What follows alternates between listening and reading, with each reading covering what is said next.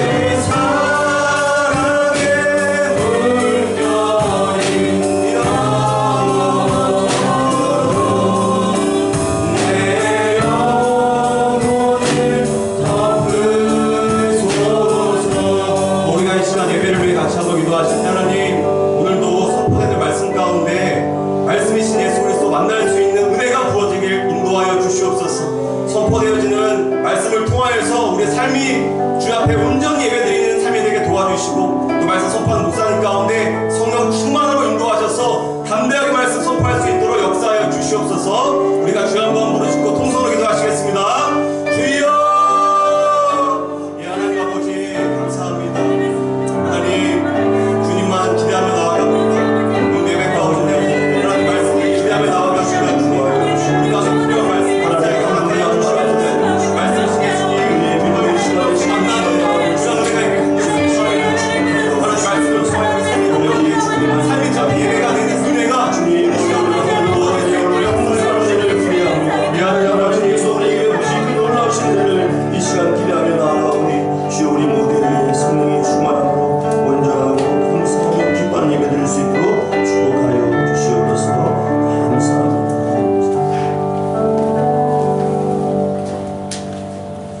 내 영혼아 여호와를 송축하라. 내 속에 있는 것들아 다 그의 거룩한 이름을 송축하라. 하나님은 영이시니 예배하는 자가 영과 진리로 예배하일지니라. 아멘.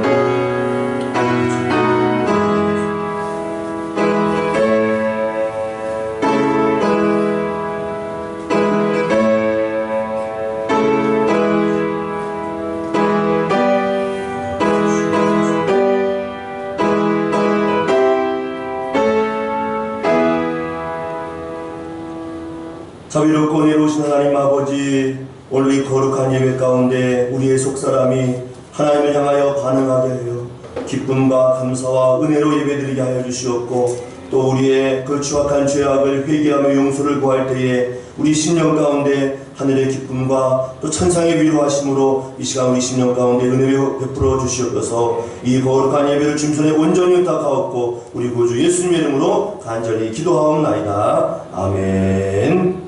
다같이 우리 자리에 일어나셔서 찬송가 9장 하늘에 가득 찬 영광의 하나님 우리 함께 찬송합니다.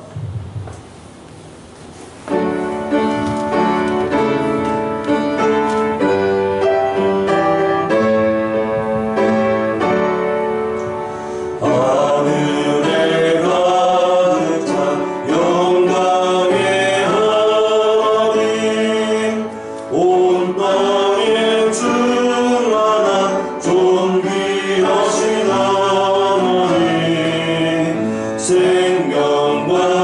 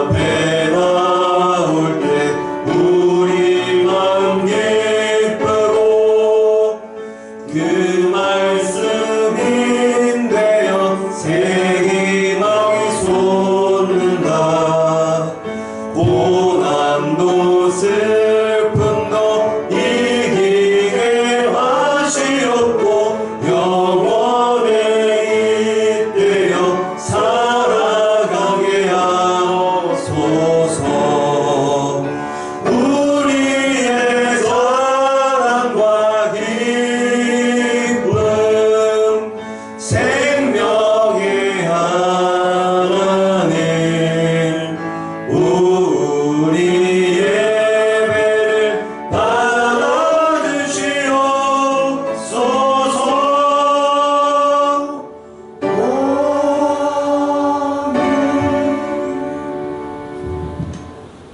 우리 교동문 51번 시편 118편입니다. 여호와께 감사하라. 그는 선하시며 그의 인자하심이 영원하미로다. 이제 이스라엘 말하기를 그의 인자하심이 영원하다. 이제 아론의 집은 말하기를 그의 인자하심이 영원하다 할지로다. 이제 여호와를 경외하는 자는 말하기를 그의 인자하심이 영원하다 할지로다. 내가 고통 중에 여호와께 부르짖었더니 여호와께서 응답하시고 나를 넓은 곳에 세우셨도다. 여호와는 내 편이시라. 내가 두려워하지 아니하니 사람이 내게 어찌할까. 여호와께서 내 편이 되사 나를 돕는 자들 중에 계시니 그러므로 나를 미워하는 자들에게 보응하시는 것을 내가 보리로다. 여호와께 피하는 것이 사람을 신뢰하는 것보다 나으며 여호와께 피하는 것이 고관들을 신뢰하는 것보다 낫도다. 문나라가 나를 에워쌌으니 내가 여호와의 눈으로 그들을 끊으리로다. 너는 나를 밀쳐 넘어뜨려 하였으나 여호와께서는 나를 도우셨도다. 여호와는 나의 능력과 찬송이시요 또 나의 구원이 되셨도다. 아멘. 함께 믿음의 고백을 담아 사도신경으로 신앙 고백합니다. 전능하사 천지를 만드신 하나님 아버지를 내가 믿사오며 그 아들 우리 주 예수 그리스도를 믿사오니 이는 성령으로 잉태하사 동정녀 마리아에게 나시고 본디오 빌라도에게 고난을 받으사 십자가에 못 박혀 죽으시고 장사한 지 사흘 만에 죽은 자 가운데서 다시 살아나시며 하늘에 오르사 전능하신 하나님 우편에 앉아 계시다가 저리로서 산자와 죽은 자를 심판하러 오시리라. 성령을 믿사오며 거룩한 공의와 성도가 서로 교통하는 것과 죄를 사하여 주시는 것과 몸이 다시 사는 것과 영원히 사는 것을 믿사옵나이다. 아멘. 다 같이 자리에 앉으셔서 찬송가 15장 하나님의 크신 사랑 함께 찬송합니다.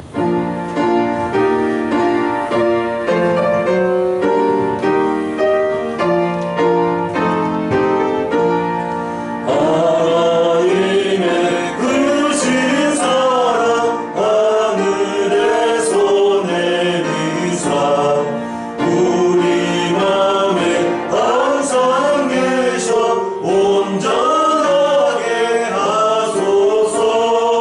우리 주는 자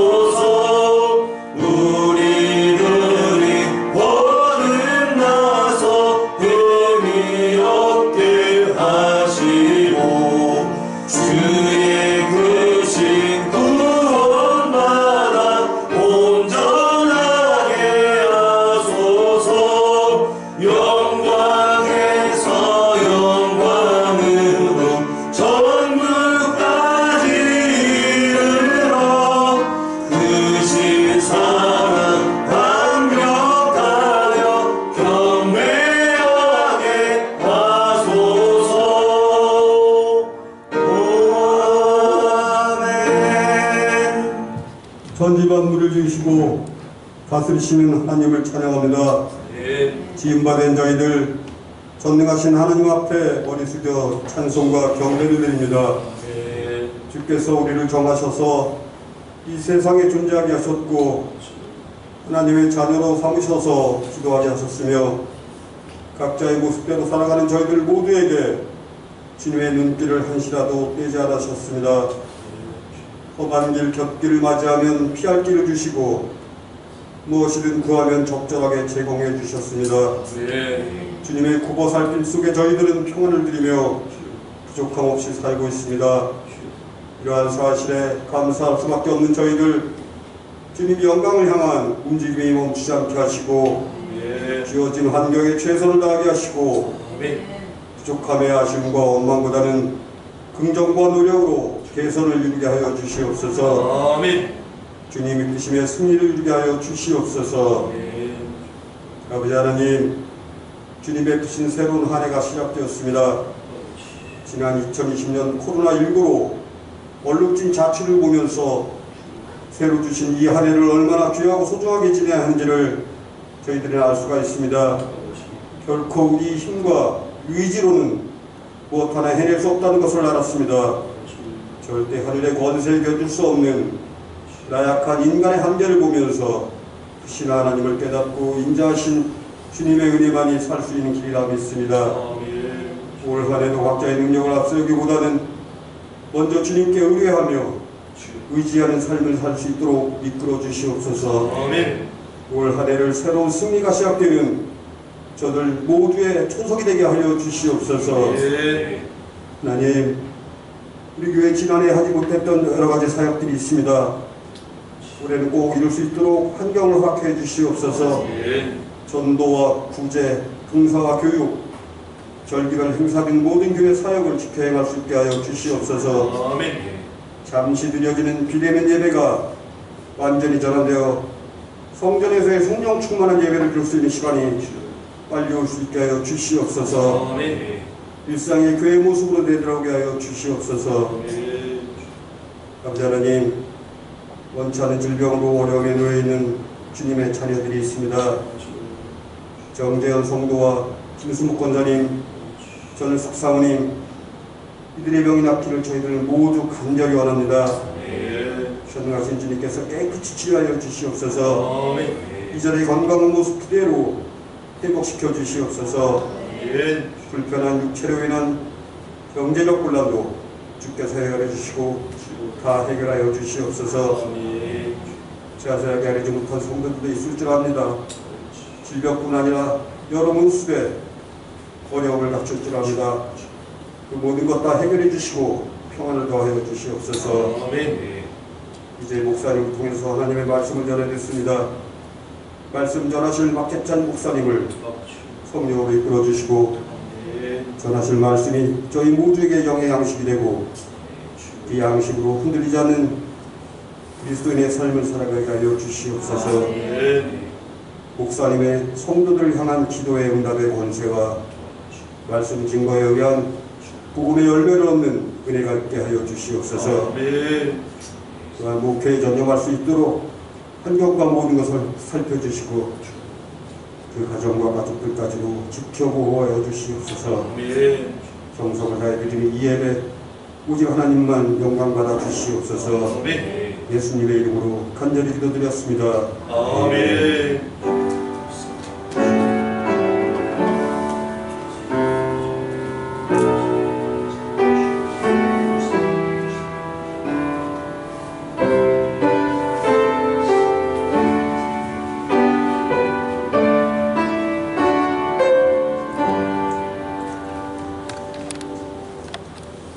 복되고 거룩한 주일, 우리 하나님 앞에 서로 찬양하며 우리 축복하기를 원합니다. 우리 형제의 모습 속에 하나님 영상 아름다워라, 우리 축복하며 찬양하기를 원합니다.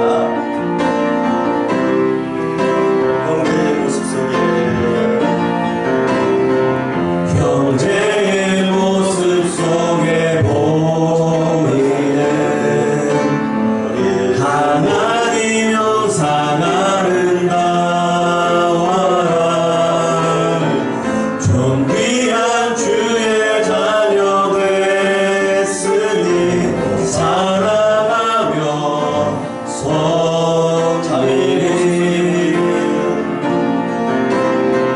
자매의 모습 속에 보이는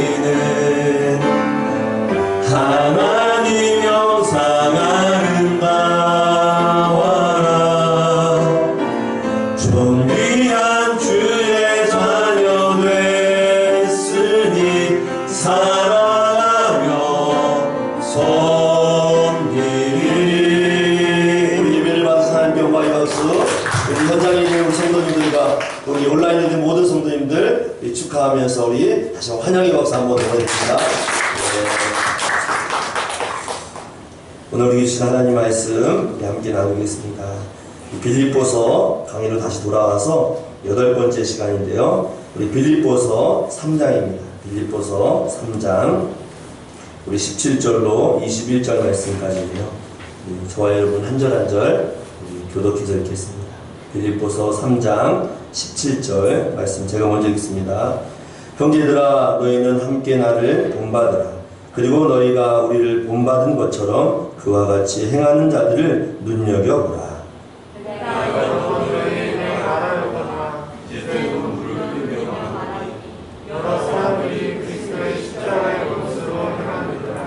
그들의 마침은 멸망이요 그들의 신은 배요 그 영광은 그들의 부끄러움에 있고 땅의 일을 생각하는 자라. 그러나 우리의 시민권은 하늘에 있는지라 거기로부터 거하는 자 곧 주 예수 그리스도를 따르는 함께 있습니다. 그는 만물을 자기에게 복종하시고 우리의 낮은 몸을 자기 영광의 몸의 형체와 같이 변하게 하시리라. 아멘. 기도합니다. 하나님 아버지, 오늘도 주 안에서 거룩한 예배로 산제사로 예배를 하나님께 의지하며 나아갑니다. 오늘도 사모하는 모든 영혼들, 그 말씀을 통하여 주님 닮기 원하는 모든 심령들 위해 성령 하나님께서 우리 마음에 큰 위로와 기쁨과 은혜 충만함을 허락하여 주시옵소서. 오직 들을 귀를 허락하여 주셔서 오늘 이 말씀이 우리 영혼에 큰 약이 되며 또 큰 힘이 될 수 있도록 은혜 베풀어 주시옵소서. 이 귀한 말씀의 시간을 주님께 온전히 부탁하옵고 우리 구주 예수님의 이름으로 간절히 기도하옵나이다. 아멘. 그래서 이제 빌립보서 8번째 시간을 맞이합니다. 지난주에는 우리가 신년 설교로 함께 나눴고요. 깨어있는 자, 정말 올 한 해 우리가 말씀으로 기도로 깨어있는 자가 되어서 우리의 삶 가운데 하나님께서 무엇을 원하시는가 늘 영적으로 민감한 한 해가 되기도 소망합니다. 다시 우리 빌립보서로 돌아와서 8번째 제목은 우리의 시민권은 하늘에 있습니다. 우리의 시민권은 하늘에 있습니다. 오늘 이 말씀이 다시 한번 우리가 어디서 무엇을 하며 살아가야 되는지 삶의 지표를 세우는 그러한 복된 시간 되기를 소망합니다. 이번 주에 매주 추웠습니다. 지금도 춥고 교회 모든 수도가 지금 얼어붙어서 물이 안 나오는 것도 있는데 이번 주 굉장히 춥습니다. 근데 이와 같은 한파가 작년 좀 지나긴 했지만 12월 중순에도 한 번도 있었습니다. 그때도 너무 추워서 사람들이 올겨울 어떻게 지내나 하는 염려가 있었는데 그 한파가 몰려오던 그때에 가슴 아픈 일이 있었어요. 어떤 일인가 하면요. 캄보디아에서 온 외국인 노동자 여성 한 분이 이 한파를 이기지 못하고 이 추위에 얼어 죽는 사고가 있었습니다. 그분이 일하던 곳은 경기도 포천 채소 농장이었는데 검은 천으로 쌓인 이 비닐하우스가 그분의 숙소였다고 합니다. 거기서 홀로 외롭게 죽었는데 알고 보니 난방도 제대로 되지 않은 그러한 숙소였다고 합니다. 죽음의 사이는 동사로 결론을 내렸는데 부검 결과를 해보니 이제 간경화도 있었고 지병이 있었던 걸로 나옵니다. 그 추위 가운데서 그분이 안타까운 죽음을 맞이했어요. 취업 비자를 얻어서 한국에 4년간 열심히 일을 했다고 합니다. 열심히. 그래서 그가 2021년 이제 올해가 되는 2월달이 되면 비자가 만료되어서 고향 땅으로 갈 일만 남았다고 합니다. 그런데 아쉽게도 작년 12월 중순에 생을 마감하고 말았습니다. 이 기사를 취재했던 기자 한 분이 여운을 남기듯 이 여인의 그 소지품에서 한 장의 종이가 나왔는데 그 종이가 어떤 종인가 보았더니요. 1월 올해입니다. 1월 10일자로 캄보디아 프놈펜행 항공권 예약증이 나왔다라는 거예요. 그러니까 아무 문제가 없었다라면요. 오늘 이 날짜로 그분은 지금 고향을 향해서 정든 가족을 향해서 갈 일만 남았다는 것입니다. 죽지 않았다라면, 정말 이 타지에서, 이 객지에서 어려운 일을 만나지 않았다라면 그는 지금쯤 고향을 향하여서 기쁜 마음으로 4년간의 그 외로운 시간을 다 달래면서 정든 부모님과 또 그가 살았던 고향 땅을 향해 가는 그러한 발걸음이었을 것입니다. 그런데 그렇지 못하고 그는 그만 죽고 말았어요. 너무나 가슴 아픈 사연이었습니다. 이 기사를 보면서 언제나 우리는 고향에 대한 그림이 있다는 것을 바라봅니다. 그 여인이 그토록 4년 동안 이 땅에 있으면서 하루하루 살면서 힘들게 지내면서 내가 가야 할 곳, 내가 머물러야 할 곳, 다시 돌아갈 곳, 바로 그것이 그가 태어나고 자란 곳, 고향이었다는 것입니다. 참 우리가 이걸 볼 때에 우리도 이 땅 가운데 살아가면서 가야 할 곳이 있다는 것입니다. 언젠가는 우리가 가야 될 목적지가 있다는 것을 이 사건을 통해서 우리가 한 번 더 바라보게 됩니다. 가슴은 아프지만 어찌 보면 이런 환경 속에서 우리도 우리가 가야 할 곳을 다시 한번 예비하고 준비하는 그런 영적인 각성이 다시 한번 우리의 삶 가운데 있어야 될 줄 믿습니다. 그래서 오늘 사도 바울은 오늘 이 땅 가운데 살아가는 모든 그리스도인들을 향하여서 우리가 머물러야 될 곳, 우리가 영원히 가야 될 곳에 대해서 소개를 하고 있어요. 그래서 20절 말씀 보니까 뭐라고 되어 있습니까? 우리의 시민권은 하늘에 있는지라 라고 이야기했습니다. 우리의 시민권은 하늘에 있다라고 이야기하고 있습니다. 좀 더 쉽게 표현하자면 우리의 고향, 우리가 머물러야 될 곳, 우리가 마지막으로 도착해야 할 곳, 바로 그것은 하나님께서 예비하신 고향이 있다라고 증언하고 있는 것입니다. 우리가 가야 할 곳은 하나님의 나라입니다. 그래서 우리의 시민권은요, 이 땅이 아니라 어디입니까? 바로 하나님의 나라는 것입니다.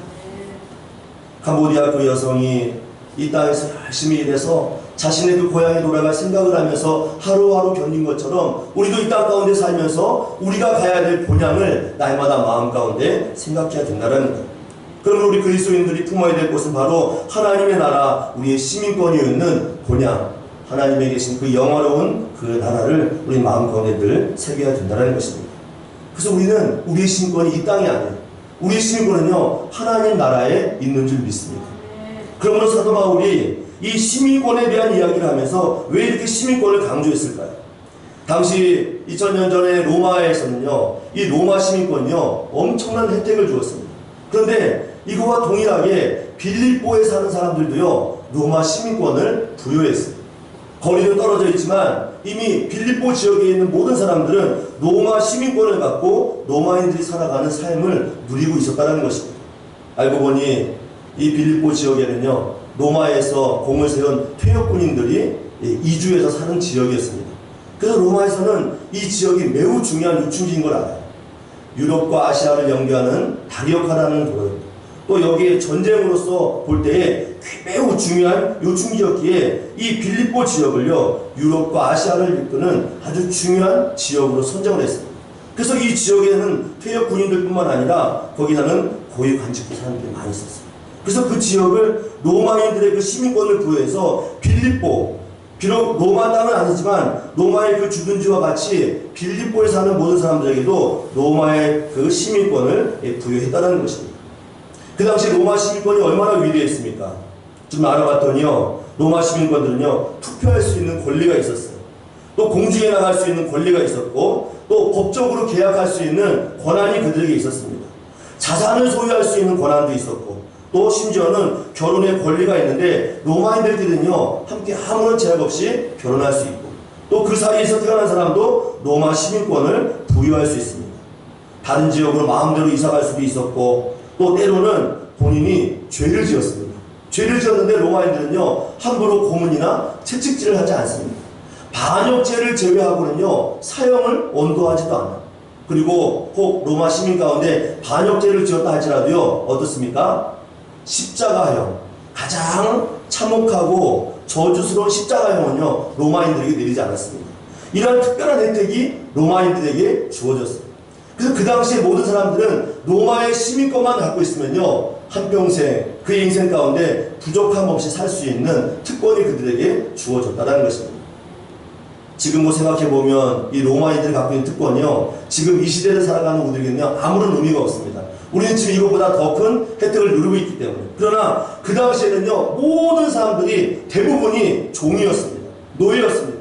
그렇기 때문에 이 노예이거나 이 신분에 맞지 않은 사람들은요, 저 로마 시민권 하나만 얻게 된다면 내 일생 내 평생 편안하게 살 수 있을 때 하는 그런 편안함, 혜택과 그 누림이 그들에게 있었습니다. 그래서 그들의 입술에는 늘 로마의 시민권, 돈을 내어서라도 누구에게 돈을 빌려서라도 저 로마 시민권을 갖기만 한다면 얼마나 좋을까 하는 그런 마음이 그들 삶 가운데 있었습니다. 그런데 사도 바울이 이야기합니다. 그런 시민권 말고 이것보다 더 좋은 시민권, 더 위대한 시민권, 그 시민권이 어디 있다고 이야기했습니까? 하나님의 나라에 있다라고 이야기하고 있습니다.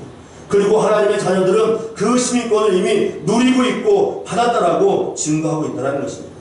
그리고 이 땅 가운데서 우리는 비교할 수 없는 하나님의 그 놀라운 시민권을 갖고 주님의 자녀로 살고 있다는 것을 증언하고 있습니다. 자, 여러분, 저와 여러분에게도 이 로마 시민권보다 더 위대한 하늘의 시민권이 있는 줄 믿습니다. 이미 우리는 이 시민권을 받고 누리고 있습니다. 그래서 이 시민권을 소유한 하나님의 자녀들이, 그리스도인들이 어떻게 살아야 되는가, 이 땅 가운데 무엇을 하며 살아야 되는가, 그 삶의 진리를 오늘 사도 바울은 빌립보 성도들에게 선포하고 있다는 거예요. 무엇을 이야기하고 있습니까? 17절 말씀 한번 읽어보실까요? 17절 시작. 형제들아, 너희는 함께 나를 본받으라. 그리고 너희가 우리를 본받는 것처럼 그와 같이 행하는 자들을 눈여겨보라 라고 이야기하고 있습니다. 하늘의 시민권을 소유한 그들이 이 땅 가운데서 어떻게 살아야 되는가, 삶에 대한 정의와 진리를 선포하고 있는데 사도 바울은 이야기하고 있습니다. 형제들아, 너희가 나를 본받으라 라고 지금 이야기하고 있습니다. 사도 바울이 그 빌립보 형제를 향하여서 나를 본받으라 라고 이야기하고 있습니다. 하늘의 시민권을 향유하며 그 기쁨을 노래하는 하나님의 그 천상의 기쁨을 소유한 사도 바울이 여러분 나를 본받으십시오 라고 이야기하고 있다는 것입니다. 그런데 이 본문을 우리가 이해하기 위해서는요, 당시 시대적 상황을 좀 알아야 됩니다. 여기서 지금 사도 바울은요, 많은 사람들에게 나처럼 살아라, 나만큼 살아라, 이렇게 오만한 자세로 말하는 것이 아니에요. 지금 이 말씀에는 의미가 있습니다. 당시 2000년 전에는 아직 복음서가 기록되지 않았습니다. 예수님의 얘기를 듣긴 들었는데 그분이 어떤 분인지 몰라요. 그래서 사도 바울은 이미 예수님을 만난 자, 예수님의 은혜를 경험한 자, 성령을 통하여 복음 안에 살아가는 자들, 그들의 삶을 통해서 예수님이 어떤 분인지 알 수 있다는 것을 증언하면서 예수님을 먼저 만난 자, 예수님의 인격을 소유한 자, 그들이 어떻게 살고 있는지 나의 모습을 통해서 예수님을 바라보라 라고 지금 증언하며 이야기하고 있다는 것입니다. 그래서 다시 말하면 사도 바울을 본받으라는 것이 아니라 사도 바울이 믿고 사도 바울이 신앙 고백했고 사도 바울이 닮고자 노력했던 그 예수 그리스도, 그분을 바라보라, 그분을 의지해라, 나의 삶을 통해서 그분이 어떤 분인지 깨달으라 라고 말씀하고 있다는 것입니다. 그래서 같은 내용을 선포한 고린도전서 11장 1절 말씀 보면 사도 바울이 자신을 본받으라 이야기하면서 좀 다르게 이렇게 증언하고 있습니다.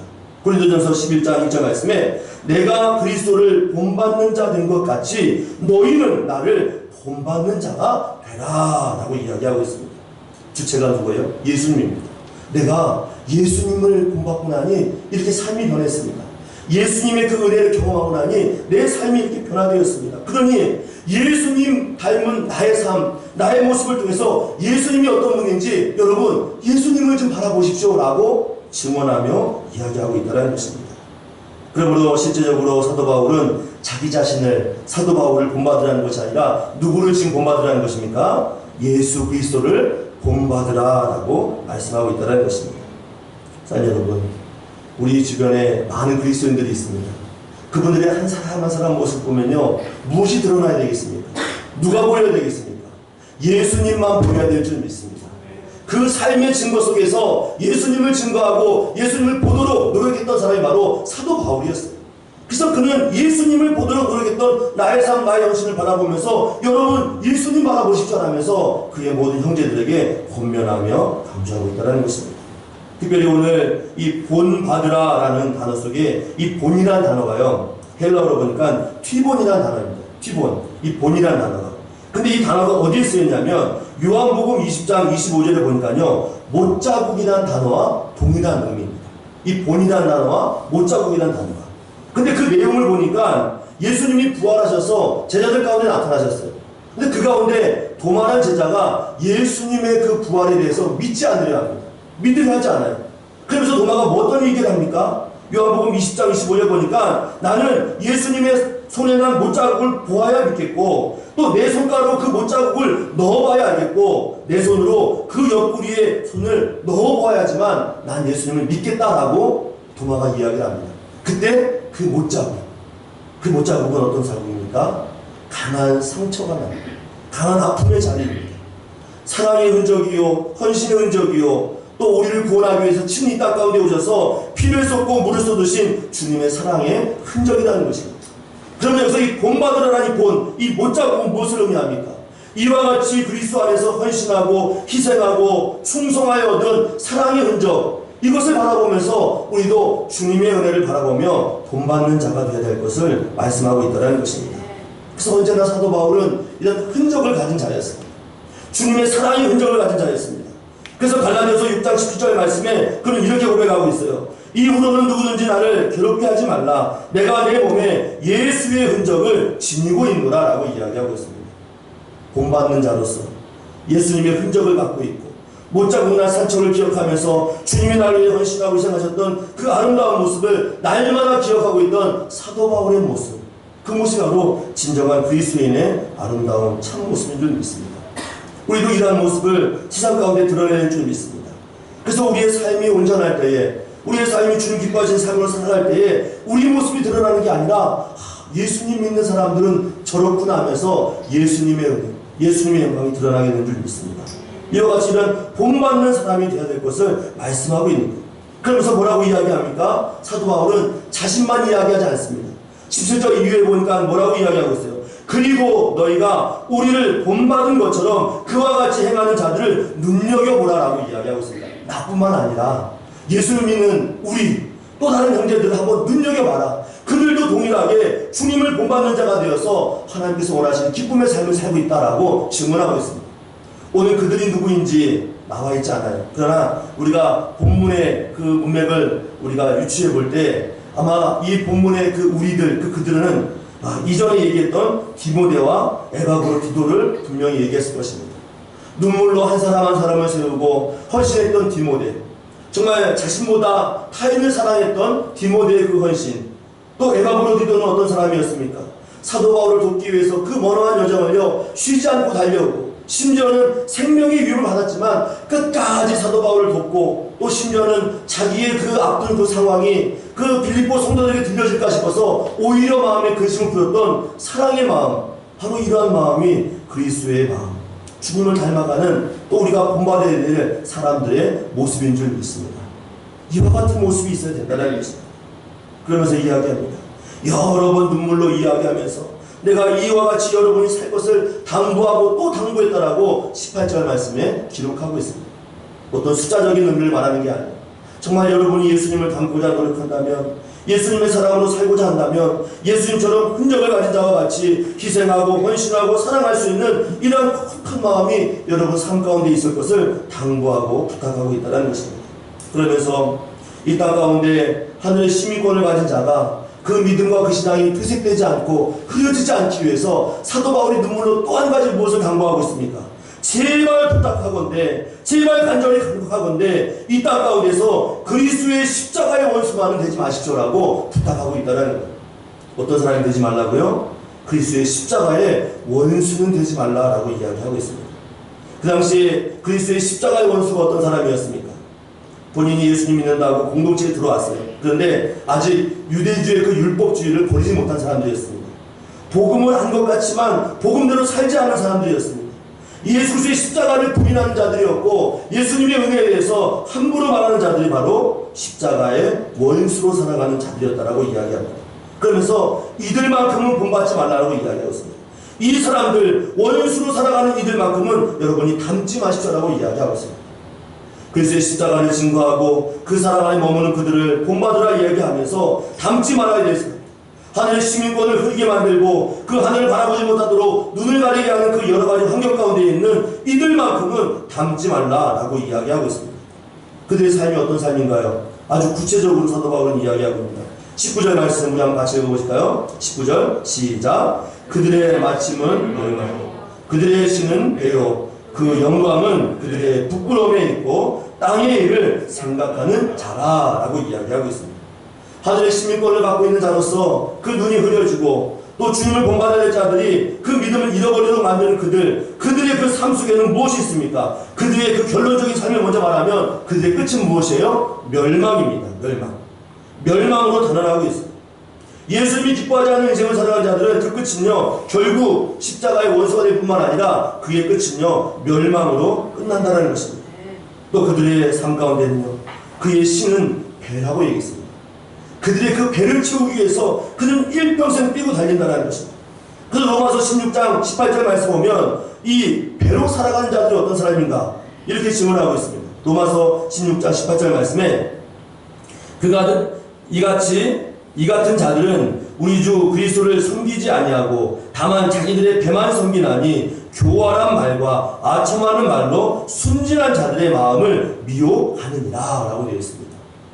배만을 위해 살아가고 자기의 배를 채우려고 하는 그런 사람들, 그들은 어떻습니까? 그리스도를 섬기지 않는다라고 이야기하고 있습니다. 자기 자신의 배만을 채우기 위해서 교활한 말과 아첨하는 말로 순진한 자들, 그리스도인들을 현혹하고 미혹하게 한다라고 이야기하고 있습니다. 이러한 자들을 조심하라고 이야기하고 있습니다. 이러한 자들을 피해낼 것을 말하고 있습니다. 또 어떤 자들입니까? 이러한 자들이 땅의 것을 생각하는 사람들, 땅의 것을 생각하는 자들. 영혼의 시선이 하늘을 향하여 하나님 나라를 바라보는 것이 아니라 이 땅에 없어질 것, 황폐할 것, 멸망으로 끝날 것에 대해서 마음을 빼앗기고 땅의 것에 시선이 고정되어 있는 사람들이라고 이야기하고 있습니다. 결국 그들의 끝은요 부끄러움입니다. 그들의 끝은요 멸망이에요. 그들의 끝은 어떻습니까? 결국 주님이 기뻐하지 않는 십자가의 원수로 그의 인생을 마감하게 된다는 것입니다. 그러므로 이러한 인생이 아니라 우리는 하나님의 시민권을 가진 자로서 하나님께서 원하시고 기뻐하시는 그 온전한 뜻을 향하여 달려가는 자가 되어야 될 것을 사도 바울은 권면하고 있습니다. 그러므로 참된 성도의 삶 속에서 천국을 바라보고 하나님 본향을 바라보고 우리의 영혼의 눈이 쇠하지 않고 날마다 하나님 나라에 고정되어 살기 위해서 우리는 어떻게 살아야 되겠습니까? 20절 말씀 우리 한번 같이 읽어보실까요? 20절 시작. 그러나 우리의 시민 하늘에 있는지라 거기로부터 구원하는 자 곧 주 예수 그리스도를 기다리더니 라고 되어 있습니다. 우리가 이 땅 가운데 살면서 하늘을 두고 살아갈 때에 우리의 시민권이 하나님이 있다라는 영적인 눈을요 하늘을 향하여 고정되어야 된다는 것입니다. 우리의 시민권이 어디 있습니까? 하나님 나라에 있는 줄 믿습니다. 그래서 우리는 늘 하나님 나라를 소망해야 됩니다. 하나님 나라를 소망. 좀 가슴 아픈 일이지만 설교 전에 이야기했죠. 그 캄보디아 여성이요 타국에 있으면서 하루하루 힘겨운 삶을 살면서요 무엇을 바라봤을까요? 무엇을 원했을까요? 고향 땅에 가는 것이었습니다. 내 사랑하는 가족이 있는 그 품을 그리워하면서 하루하루를 견뎠을 것입니다. 마찬가지로 우리도 이 땅에 살면서 우리의 생명이 무엇입니까?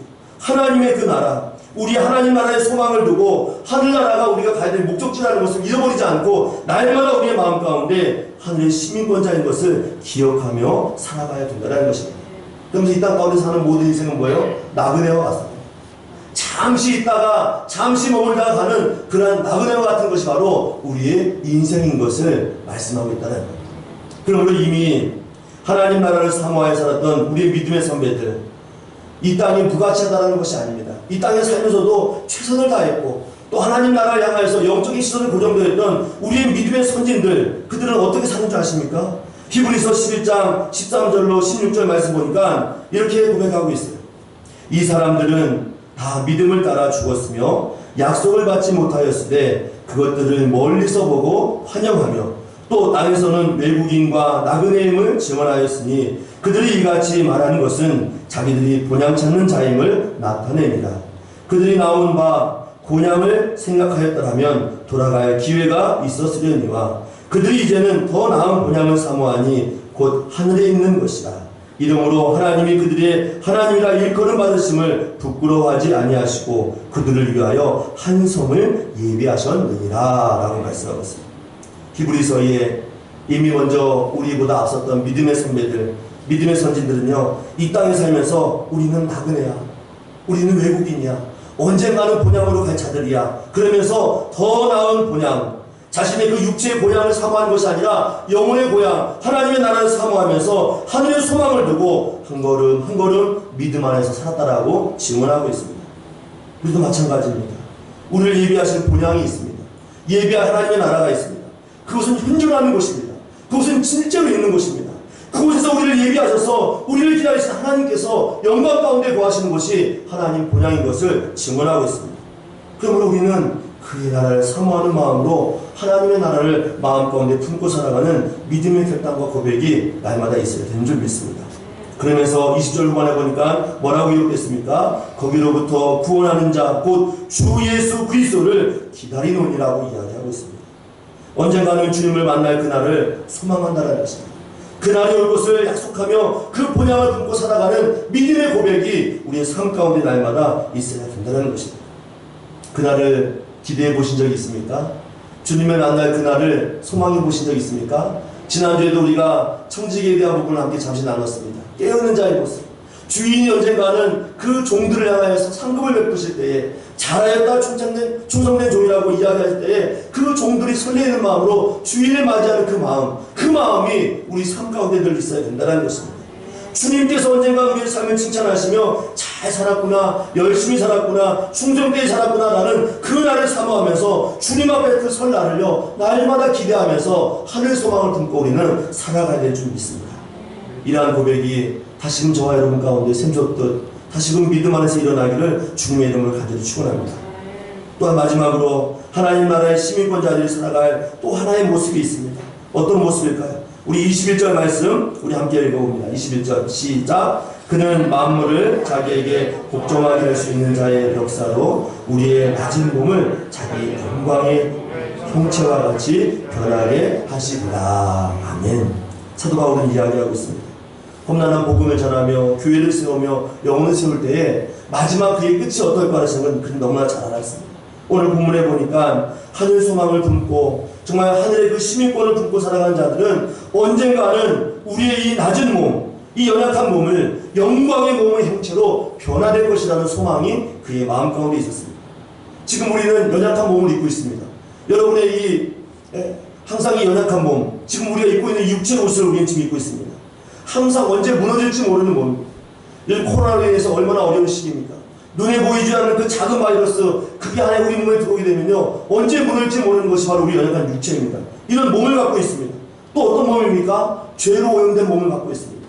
윤리적으로 도덕적으로 정말 아무리 경건해 보이고 거룩해 보인다 할지라도요 작은 유혹에 넘어져서 언제 무너질지 모르는 우리의 이 영혼의 상태가 바로 연약한 우리의 낮은 몸이라는 것입니다. 그런데 이러한 낮은 몸이 주님 앞에 서는 그날에 어떤 몸이 됩니까? 영광의 몸으로요 그 형체가 변화된다는 것입니다. 이것은 무엇을 의미할까요? 온전한 부활을 의미합니다. 부활. 예수님처럼 그 몸과 영혼이 하나가 되어서 새로운 몸이 되어서 신령한 몸이 되어서 주님 앞에 서게 될 날이 있다는 것을 마음 가운데 늘 품고 살아간다는 것입니다. 그래서 우리가 이 몸으로 만나는 것이 아니에요.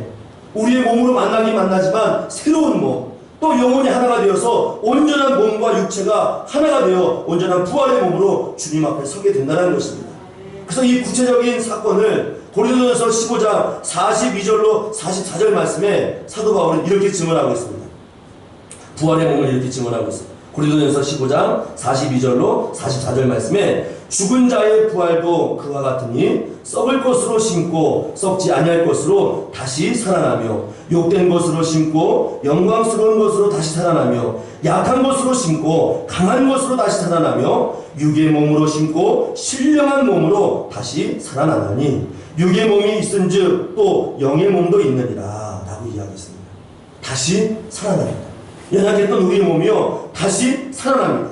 약한 것이 강하게 되고요 또 우리의 신령한 몸으로 온전한 몸으로 회복되는 것을 우리에게 말씀하고 있습니다. 그러면서 실제적으로 우리의 몸이 어떻게 회복될 것을 그 이유 고린도전서 15장 51절로 54절 말씀에 이렇게 증언하고 있습니다. 보라 내가 너희에게 비밀을 말하노니 우리가 다 잠잘 것이 아니요 마지막 나팔에 순식간에 호련히 다 변화되리니 나팔 소리가 나매 죽은 자들이 썩지 않은 것으로 다시 살아나고 우리도 변화되리라. 이 썩을 것이 반드시 썩지 아니할 것을 입겠고 이 죽을 것이 죽지 아니함을 입으리로다. 이 썩을 것이 썩지 아니함을 입고 이 죽을 것이 죽지 아니함을 입을 때에는 사망을 삼키고 이기리라고 기록된 말씀이 이루어지리라 라고 말씀했습니다. 우리의 몸이 어떻게 된다고요? 우리의 썩을 몸이요 썩지 않게 되어서 영원한 부활의 몸으로 새로운 신비한 몸으로 다시 주님 앞에 서게 된다는 것입니다. 사도 바울은 늘 기억했습니다.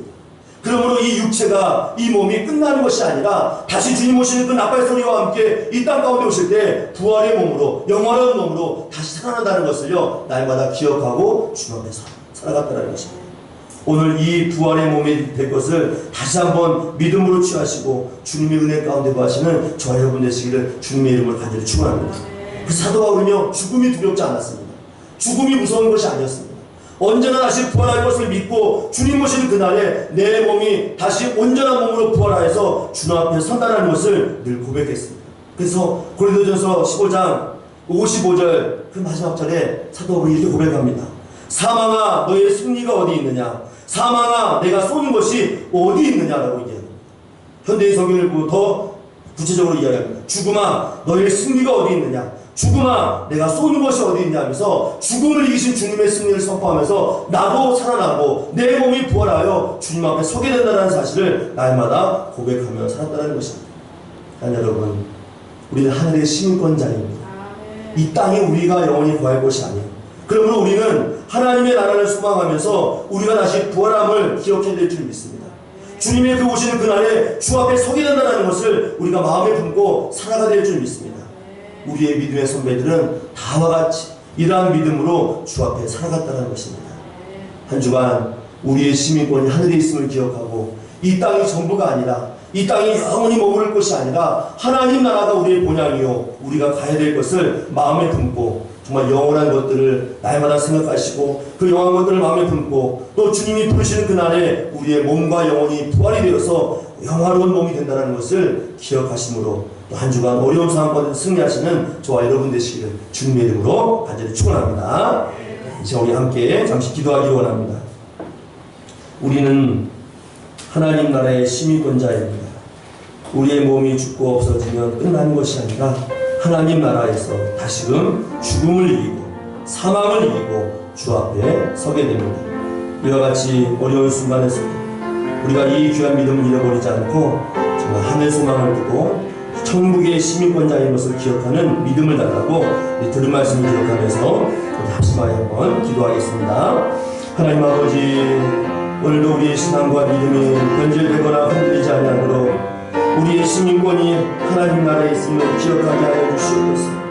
사도 바울은 눈물을 흘리며 고백했습니다. 제발 이 땅 가운데 세속적인 것에 마음을 빼앗기지 않고 십자가의 원수가 되지 않고 하나님 나라의 시민권자로서 이 땅 가운데 주의 거룩함을 향하여 또 하나님의 그 시민권자를 온전한 그 소망을 향하여 달려갈 것을 우리에게 부탁하고 있습니다. 이 믿음이 신앙을 끊지 않고 은혜를 나누고 믿음을 주시고 날마다 승리 나갈 수 있고 우리는 그 믿음을 나누고 주님을 붙잡으시고 주시옵소서.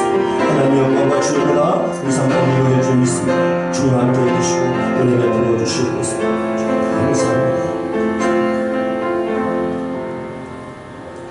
우리의 시민권은 하늘에 있는지라 거기로부터 구원하는 자 곧 주 예수 그리스도를 기다리더니. 하나님, 이 고백이 한 주간 우리의 삶의 고백되기를 원합니다. 우리의 시민권이 하늘에 있는 줄 믿습니다. 우리가 이 땅 가운데 살면서 십자가의 원수로 살아가는 것이 아니라 예수 그리스도를 증거하고 자랑하며 예수님을 본받는 자가 되어서 그 아름답고 복된 삶이 우리 삶 가운데 이루어질 수 있도록 늘 해마다 주께서 붙잡아 주시고 인도하여 주시옵소서.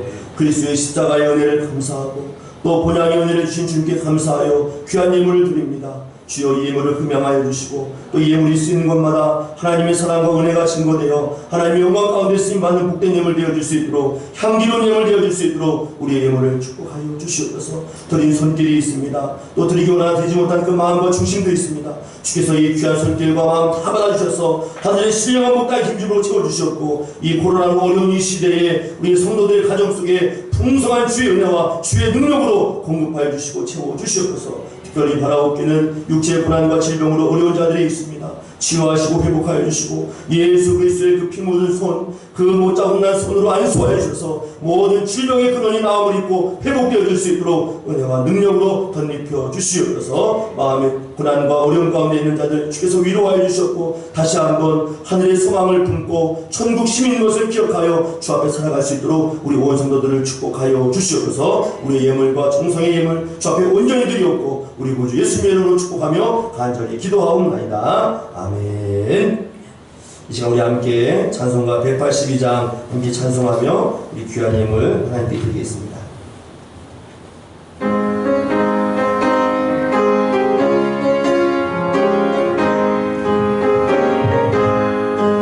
강물같이 흐르는 기쁨 성령과 미함이라 정결한 마음 영원하도록 주의 것 전하겠네.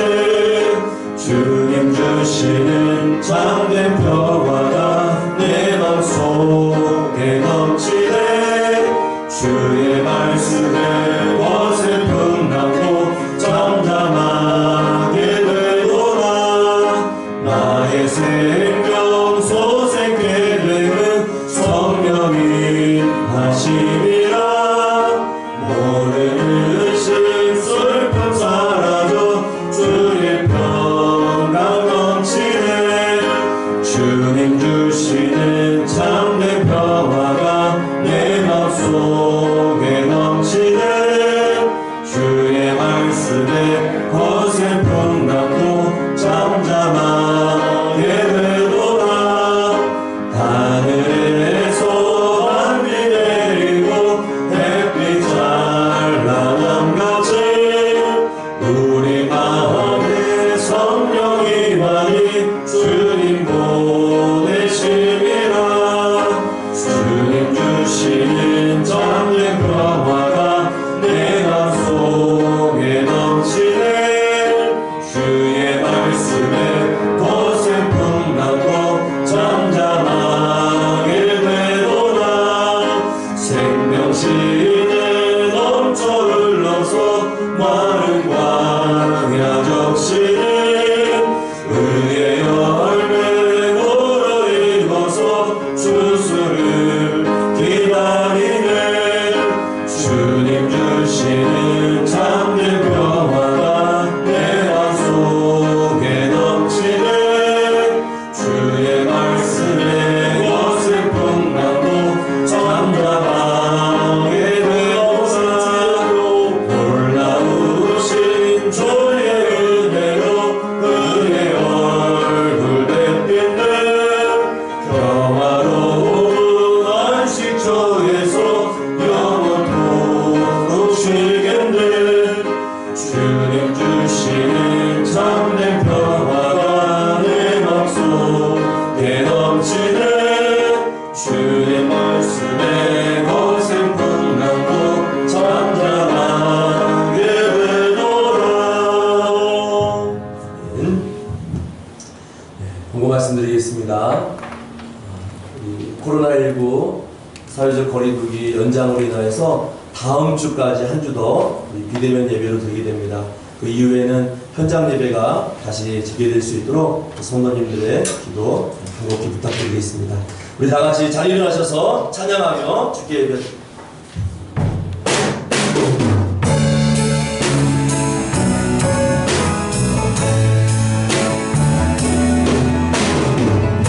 성령이 오셨네.